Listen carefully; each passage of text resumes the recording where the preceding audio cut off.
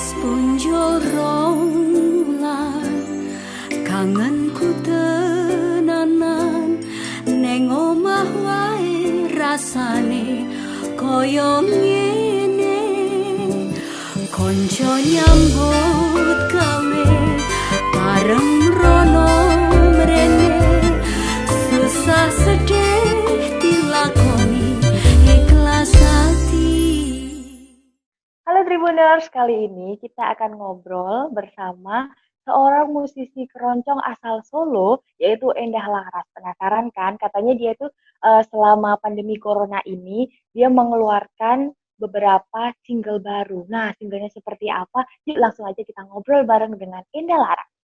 Lagi masa pandemi corona nih Mbak ya, banyak banget pegiat seni yang mengeluhkan yang biasanya show keluar, yang biasanya ada kegiatan ini itu, terdampak akhirnya. Untuk Mbak Endah Laras sendiri seperti apa nih menanggapi pandemi corona ini? Ya, aslinya tidak hanya pekerja seni ya Mbak, semua pasti terdampak. Nah, kalau saya sendiri sebagai pekerja seni dan mendengar cerita-cerita dari sahabat-sahabat, ya memang sebenarnya sangat berat. Terutama untuk seniman-seniman yang tradisional, ya kan?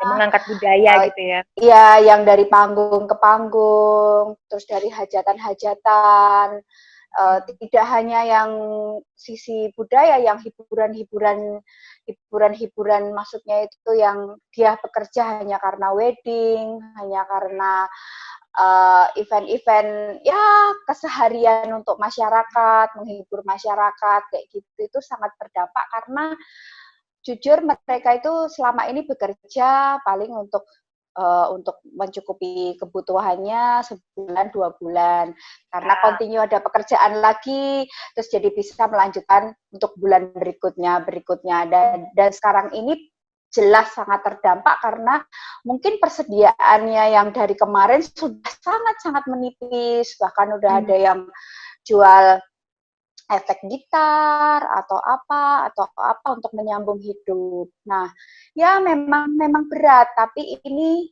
tidak sendiri, semua mengalami kan ya, semua mengalami. Dampak banget terus semuanya ini. sangat berat ini, terutama ya teman-teman ya kita bisanya cuman tetap menumbuhkan spirit semangat kebersamaan dan kebetulan di Solo juga yang masih bisa bertahan menolong yang sudah lemah, yang sudah yang sangat membutuhkan. Nah, kami sendiri ya maksudnya personal kadang japri ya, kadang di grup-grup yang kami punya itu terus saling membantu, saling gini enek sing duwe iki kayak ini kekurangan apa, ini gimana. Nah, kita itu saya punya banyak grup yang bukan notabene grup yang selama ini pekerjaan saya. Mungkin pekerjaan saya kan di Jakarta, di mana saya masih mempunyai grup yang benar-benar ketika saya merangkak dulu. Ketika ini jadi untuk serawung sesama sahabat-sahabat saya yang dulu kayak gitu. Masih silaturahmi gitu ya. Ya, musisi, penyanyi yang hanya bekerja, hanya lokal, kayak gitu. Nah, terus bisanya ya kita memantau, ada yang kayak gini, nanti kita bisa apa. Nah, untuk supaya kita tetap ada semangat untuk tetap berkreasi, untuk tetap memupuk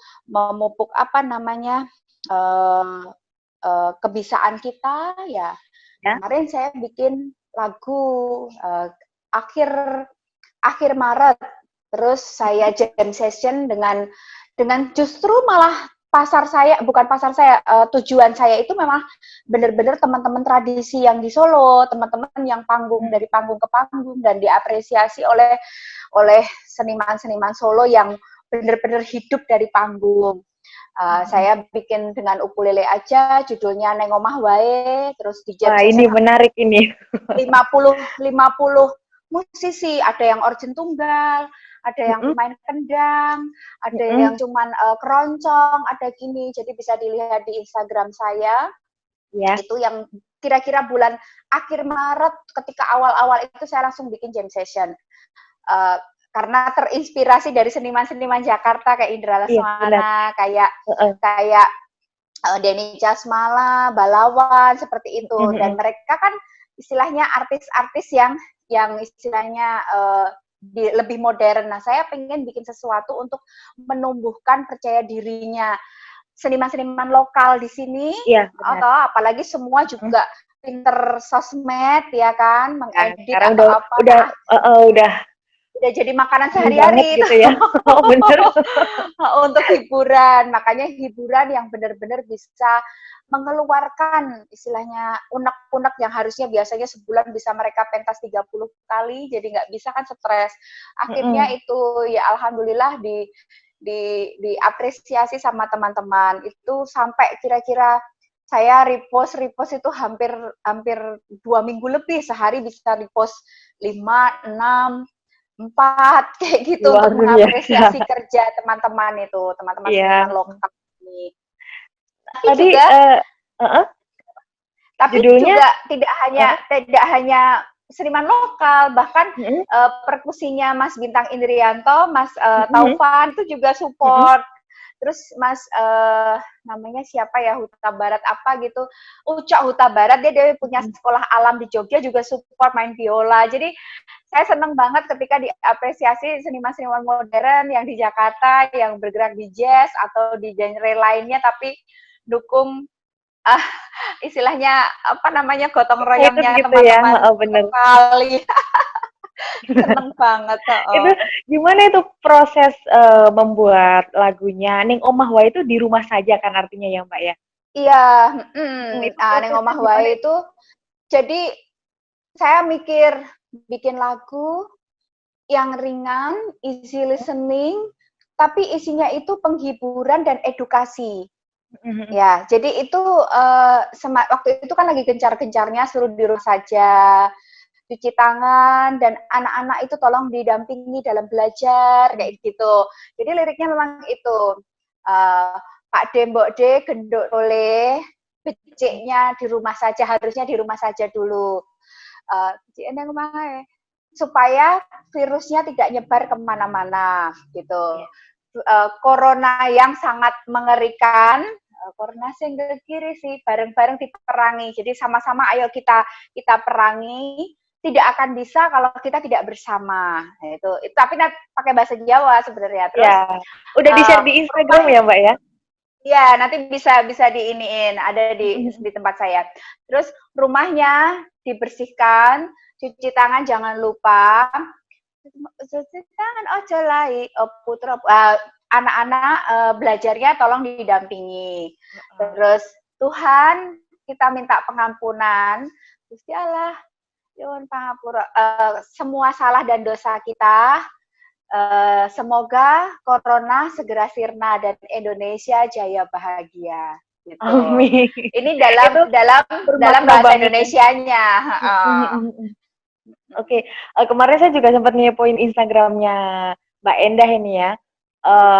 Ada postingan yang dimana Mbak Endah itu membawa keroncong sampai Amerika Serikat. Itu ceritanya gimana sih Mbak itu? Sampai main keroncong sama teman-teman. Sampai main keroncong bersama bule-bule di Amerika Serikat. Oh, itu. Nah, itu ceritanya gimana itu? Bulan Agustus akhir ya, saya itu diundang oleh itu banyak yang mengundang. Jadi karena Amerika itu sangat jauh banget.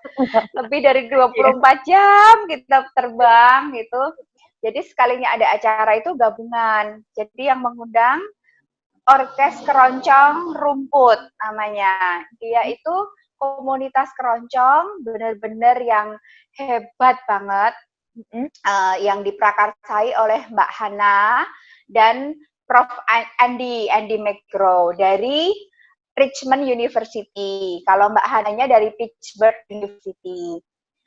Nah, kami diundang di sana sekalian pentas untuk menandai kerjasama Indonesia dan Amerika. Itu udah ke 72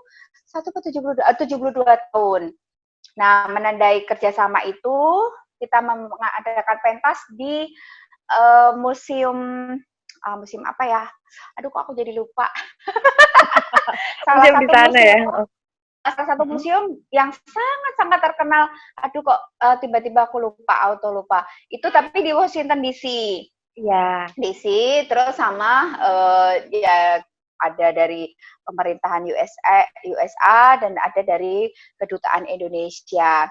Terus Smithsonian ya. Museum ya, itu di situ.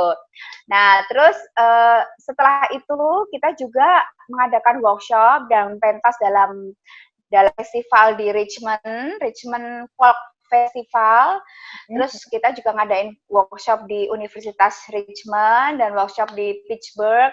Dan saya berkesempatan kolaborasi dengan musisi dari Kanada, tapi stay di Pittsburgh waktu itu. Iya, betul. Nah, ada bermacam-macam gitu selama hampir 3 mingguan gitu. Lama banget akhir ya? Agustus sampai September akhir, ya mungkin sekitar 1 bulan. 1 bulan. Nah, di Richmond itu tidak hanya keroncong, kami mengajarkan workshop gamelan juga.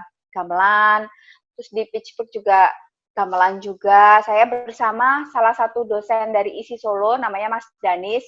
Memang beliau adalah yang merekomendasikan saya untuk dibawa ke sana, karena selain saya mungkin bisa sedikit memberikan ini tentang keroncong, juga tentang karawitan, karena basic saya juga seni tradisi karawitan Jawa gitu. Ya. Excited banget ya di sana ya Mbak ya, dari orang-orang sana. Iya. Kalau bilang musisi yang udah sampai mancanegara, kemarin yang viral banget ini ya, kita kehilangan Mas Didi Kempot yang meninggal di awal Mei kemarin ya Mbak ya. Perasaan Mbak Endah waktu pertama kali mendengar kabar Mas Didi Kempot meninggal, bagaimana itu Mbak? Kabar pertama itu datang dari siapa? Ya, yang jelas saya sangat shock ya, pasti semua, karena Mas Didi itu kalau menurut saya itu satu-satunya orang, ya kan, satu-satunya orang yang bisa membuat booming itu dari seni yang benar-benar tradisional bisa menasional, bisa diterima milenial, ya kan, kaum milenial, terus anak kecil sampai orang tua itu semua itu suka. Jadi sebenarnya yang menasional itu ada banyak ya, tapi yang benar-benar sampai dari anak kecil sampai orang tua dan semuanya booming semua, kalau konser itu aja, aduh sudah ribuan banget gitu ya. Itu susah sampai sekarang ini belum ada. Ini benar-benar seseorang yang fenomenal banget gitu. Pendalu-pendalu kita yang benar-benar dari tradisi mungkin keroncong bisa diterima nasional, tapi nasional juga kaum tertentu ya kan, mungkin usianya tengah, dalam keroncong loh ya, saya bicara fakta aja ya kan, nggak mungkin sampai benar-benar dari anak kecil sampai remaja kayak gitu suka ya kan, apalagi di dalam keroncong. Tapi kalau yang Mas Didi itu kita nggak menutup mata, memang dari bocah indil-indil, ada cendol, dapet semuanya tahu. Sampai luar biasa memang bapak-bapaknya. Dan debut pertama Mas Didi itu justru malah di luar negeri.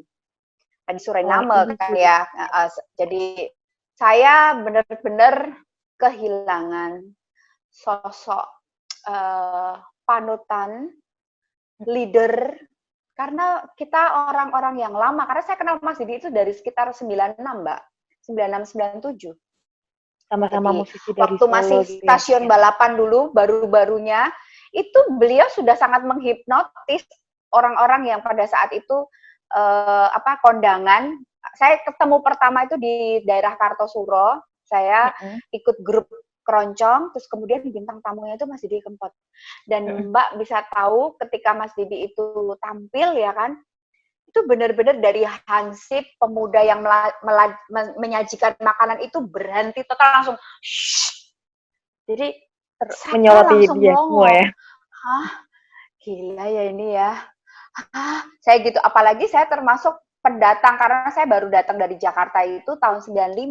Karena SMP SMA saya di Jakarta. Jadi melihat sesuatu yang kayak gitu kayak ini benar-benar jadi kayak takjub gitu. Belum kenal secara dekat. Nah, secara dekatnya itu setelah sekarang sama-sama meniti karir, sama-sama sering bertemu di pentas, kadang bertemu di bandara. Nah, pentas bareng yang terakhir itu sebelum yang terakhir di Surabaya, saya di istana sama Pak Jokowi itu, sama Mas Didi, Soimah, Mas Butet, Cak Lontong, Akbar. Nah, itu ketemu pas acaranya tanggal 2 Agustus dan 3 Agustus itu kita ketemu di lobi hotel, di luaran lobi itu beliau mengucapkan selamat ulang tahun karena tanggal 3 Agustus itu ulang tahun saya. Dan saya benar-benar dikasih doa, aduh yang luar biasa, aku masih simpen tuh videonya. Dan sepertinya berharap banyak ketika kita menjadi sama-sama pekerja seni yang memuliakan seni tradisi, yang menularkan seni tradisi, yang mewartakan seni tradisi supaya tetap bisa bertahan dan eksis dan digemari. Nah, benar Bang. Itu mungkin harapannya tidak hanya saya, tapi pada pelaku seni yang lain. Nah, pasti sangat kehilangan Mbak E juga kan. Saya juga ambiar kehilangan. Semua ambiar, benar-benar ambiar ya. Pernah satu panggung tentunya ya Mbak Endah ya? Iya, yang saya bilang tadi di istana itu saya satu panggung, tapi beda jamnya. Jadi Mas Didi itu di awal, kemudian pertunjukan wayang kulit, terus aku di sesi hiburan di pertunjukan wayang sama Mbak Soimah sama Pak Butet tadi itu. Terus di Surabaya acara Dies Natalis Universitas Wijaya Kusuma itu saya juga sama Mas Didi dan saya diiringi dari grupnya Mas Didi malahan. Jadi sosok yang sangat luar biasa sekali. Jadi saya juga nggak nyangka sih para milenial yang zaman sekarang pun bisa mengikuti beliau gitu loh kalau soal karya-karyanya itu ya.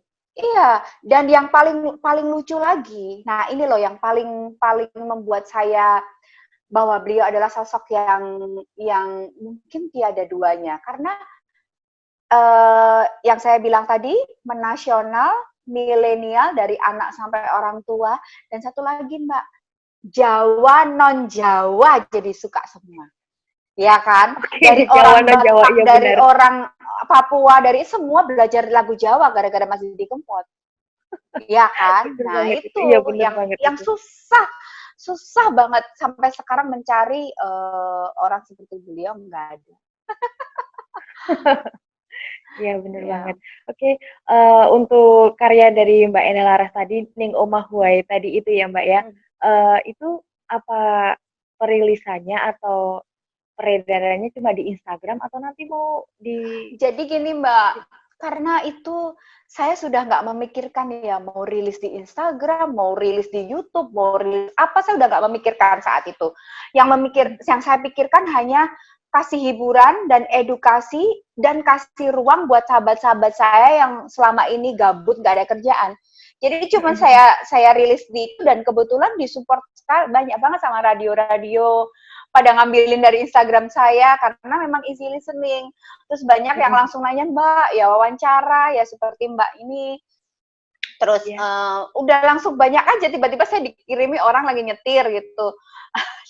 di tag di Instagram, saya lagi dengerin nih Ibu El, lagu Bu El gitu, Ning Omah Wae. Nah, tapi yang ini kemarin aku bikin Mbak, judulnya Kangen Konco. Ini saya rilis di YouTube, bener-bener yang bener-bener. Baru lagi nih ya, yang terbaru ini. Baru lagi, jadi ini karya kedua pas Corona. Kalau ini saya rekam di studio, walaupun orang yang rekamnya itu teman sendiri, dikerjakan sangat singkat. Lah ini berawal dari salah satu musisi yang viewernya paling banyak di Ning Omah Wae. Ada dua, itu musisinya itu yang Tatet itu dia pemain perkusi, dia baru viral banget. Terus sama pemain keyboard dan arranger itu namanya Jaya. Jadi mereka berdua itu Bu El bikin lagi dong gitu. Terus nanti musiknya saya kerjain. Jadi kita benar-benar bikin yang untuk apa namanya, untuk hiburan masyarakat aja, nggak memikirkan macam-macam. Bahkan mereka itu tidak mendapatkan sepeser apapun untuk karya yang kedua ini. Nah, terus saya bikin lagu, cuman nggak sampai 1 jam, itu judulnya Kangen Konco. Karena tiba-tiba satu malam itu aku tuh kayaknya udah nangis, bener-bener nangis tuh, keinget ketika latihan dengan teman-teman musisi, terus apa namanya, briefing, terus apa namanya, ketika mau cek sound ternyata dekorasi belum kelar, terus tanya-tanya sama soundman, terus dia masangkan headsetku kurang gimana mbak, jadi momen-momen itu tiba-tiba Aduh, tuh langsung momennya menohok gitu banget. loh. Aku Ya langsung bener. rindu momen memakai konde, momen buka ukulele, itu aku langsung tiba-tiba kayak kebayang semua. Jadi aku langsung bikin lagu tuh 1 jam nggak ada. Tak kirimlah ke Tatit sama Jaya itu, dia mengerjakan juga nggak sampai sehari loh Mbak. Terus Wah, besoknya aku udah take vokal cuman berapa ya? Cuman nggak sampai setengah jam itu, nggak singkat sampai setengah banget jam. ya. Terus dan aku juga disupport videografer dari Salatiga. Nah, dia juga salah satu penampil di Nengomah Wae itu. Jadi dia bikin Nengomah Wae itu sama adegan bener-bener cuci tangan, ngajarin anaknya, bersih-bersih rumah. Pokoknya itu adegannya menarik banget itu, dan dia support aku untuk video klipnya. Jadi kerja ini adalah kerja bareng-bareng untuk mengobati kerinduan teman-teman kita semua, baik pelaku seni dan pendukung kegiatan seni, termasuk vendor-vendor, IO, WO, dan yang lain-lain. Udah Jadi, rilis kemarin malam minggu kemarin, jadi besok itu genap 1 minggu. Ya diapresiasi lumayan, dua ribu lebih viewers. Ya karena YouTube saya banyak memang belum banget banyak. Tapi radio-radio sudah banyak yang minta, terus banyak yang minta wawancara. Ya kayak gitu, disupport banyak orang. Nanti bisa dilihat di channel YouTube Endah Laras gitu. ya. Kangen Jadi, Konco judulnya. kangen konco juga kangen sama konco-konco. Iya itu, kangen Jadi, juga kan?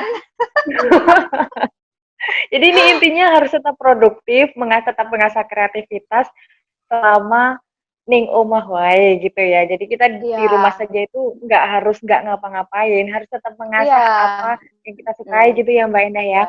iya, iya. Untuk Mm-mm. Untuk terakhir ini, Mbak Hena punya saran atau imbauan untuk para milenial dan Tribuners di sana selama pandemi corona ini, Mbak?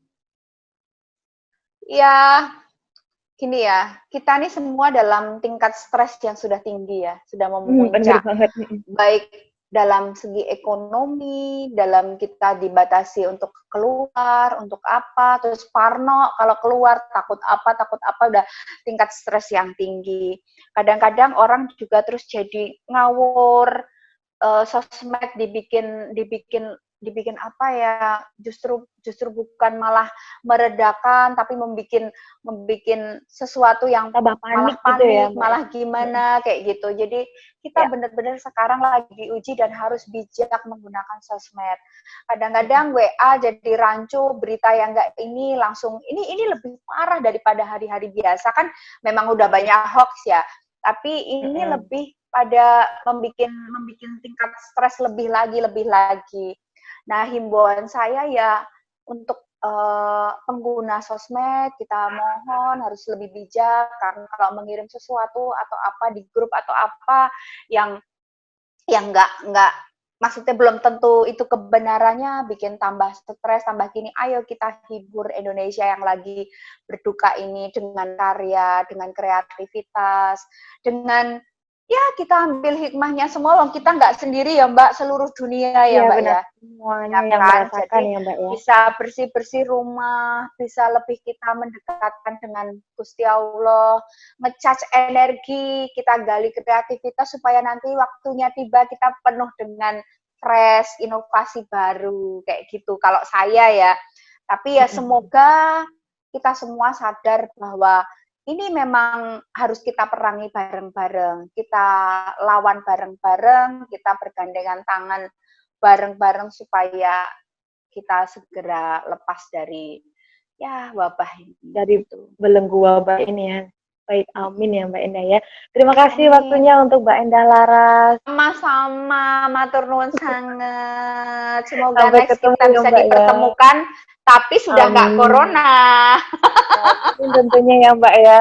Semakin sukses dengan karya-karyanya, semakin kreatif tentunya Amin, ya Mbak ya. amin, Tunggu amin, karya amin. terbarunya, pokoknya akan selalu mantengin YouTube dan Instagramnya Mbak Endah Laras ini.